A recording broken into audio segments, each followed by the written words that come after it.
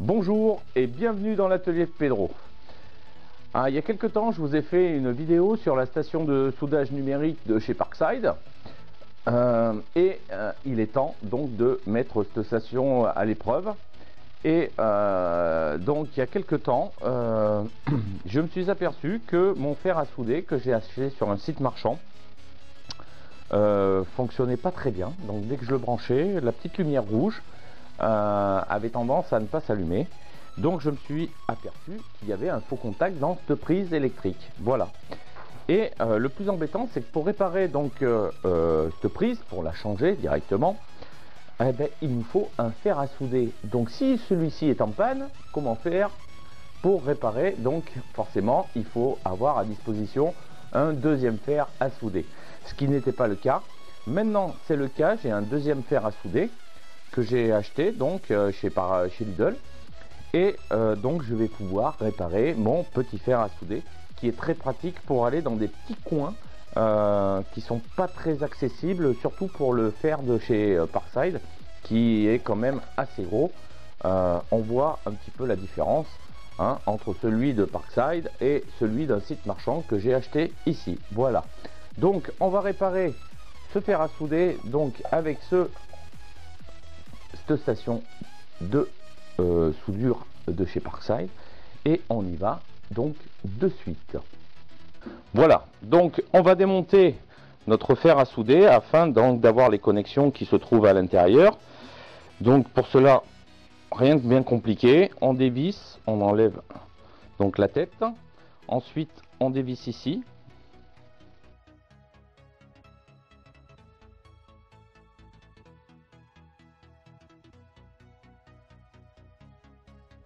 Voilà, et après on a juste à enlever ceci si ça veut s'en aller. Voilà le petit interrupteur, et maintenant on peut pousser. Voilà, donc notre intérieur de fer à souder se compose comme ceci, avec donc le fil plus et le moins qui arrivent donc ici et qui sont soudés donc à cet endroit là. Donc il va falloir dessouder ici afin de remplacer donc le câble électrique qui se trouve là. Voilà, donc on y va tout de suite. On va prendre notre petit joujou de chez Parkside qu'on avait acheté la dernière fois aussi. Hop là.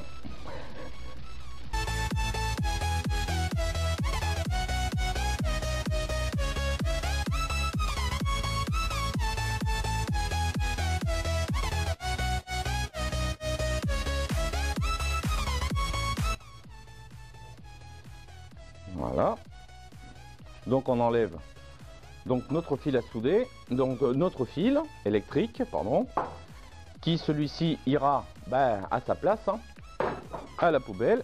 Donc on reprend un câble à peu près même longueur. Bon, celui-là est peut-être un petit peu moins souple, mais au moins il sera quand même plus résistant par rapport à celui-ci. Voilà, donc on va ouvrir la longueur souhaitée. Donc ici, hop là, voilà. Et là, on va l'ouvrir.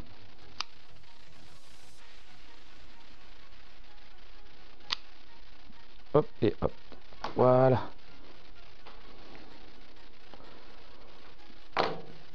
Et là, maintenant, on va le refaire passer donc dans la gaine. Voilà. Donc là, c'est impeccable. Parfait. Donc on le refait passer dans la gaine. Assez. Maintenant on va couper donc la terre qui ne sert à rien.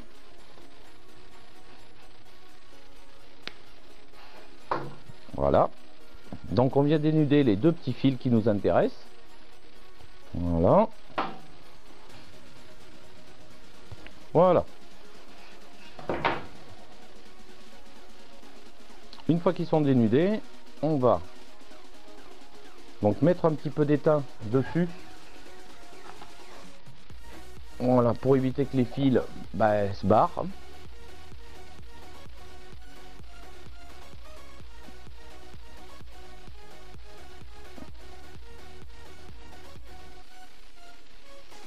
Voilà,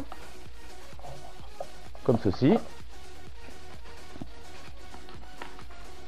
Et maintenant, on va les refaire passer à leur place.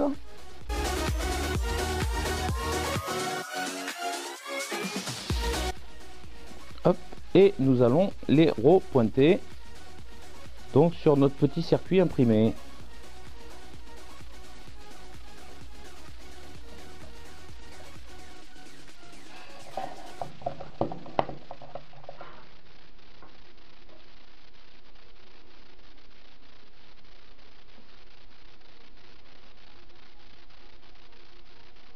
Voilà pour le premier. Et maintenant, le deuxième.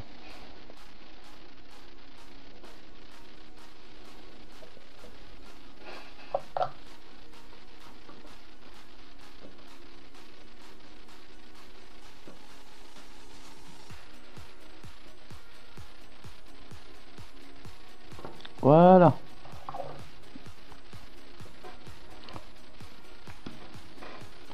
Donc voilà, nos deux petits fils, hop, sont repositionnés donc sur mon circuit imprimé. Et maintenant, hop, il n'y a plus que le remontage à faire.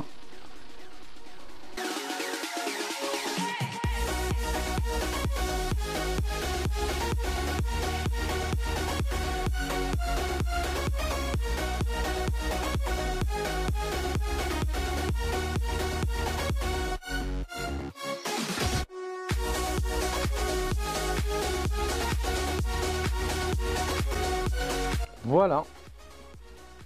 Voilà, donc le fer est remonté. Maintenant, eh ben, on va pouvoir l'essayer, voir s'il fonctionne.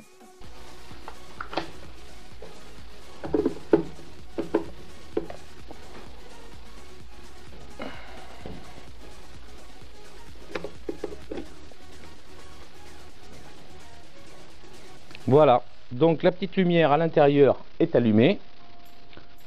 Tout a l'air de fonctionner. Voilà.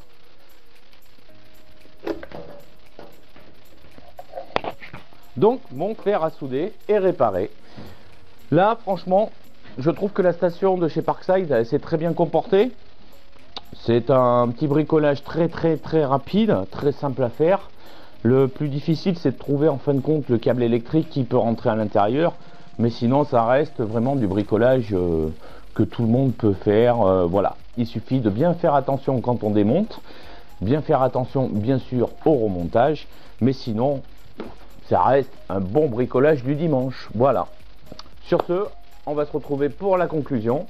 Et puis, à tout de suite. Donc, voilà. Mon fer à souder qui était en panne, dont je savais la panne, heureusement. Hein, ce n'est pas un problème électronique à l'intérieur. C'était juste un problème de câble électrique qui était défectueux.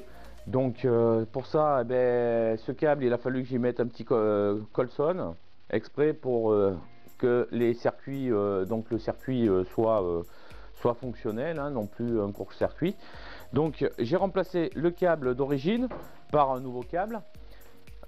Pour réparer ça, le problème c'est que comme c'est sur des circuits imprimés qu'il faut forcément un fer à souder, quand le fer à souder en lui-même tombe en panne, forcément vous n'en avez qu'un, et ben vous êtes plutôt embêté. Voilà, donc le mieux des fois c'est d'en avoir un deuxième qui pallie au problème du premier. Voilà, c'est ce qui s'est passé aujourd'hui. Donc j'en avais acheté un il y a quelques temps, dont je vous ai fait la vidéo. Et ben il m'a permis à réparer mon premier fer à souder, qui lui est très pratique quand même. Celui-là est un tout petit peu plus gros pour ce que j'ai à faire, mais je dis pas qu'il me servira pas, au contraire il va bien me servir. Mais voilà, donc la conclusion c'est réparation terminée, bien effectué, et puis rien d'autre de plus. Donc si vous avez des commentaires, n'oubliez pas, vous le mettez dessous. Pour vous abonner, c'est ici. Hein, n'oubliez pas de vous abonner et puis de cocher la petite cloche juste à côté pour être prévenu des prochaines sorties. Sinon, ben, bon bricolage du dimanche à tous, et puis à la prochaine. Bye.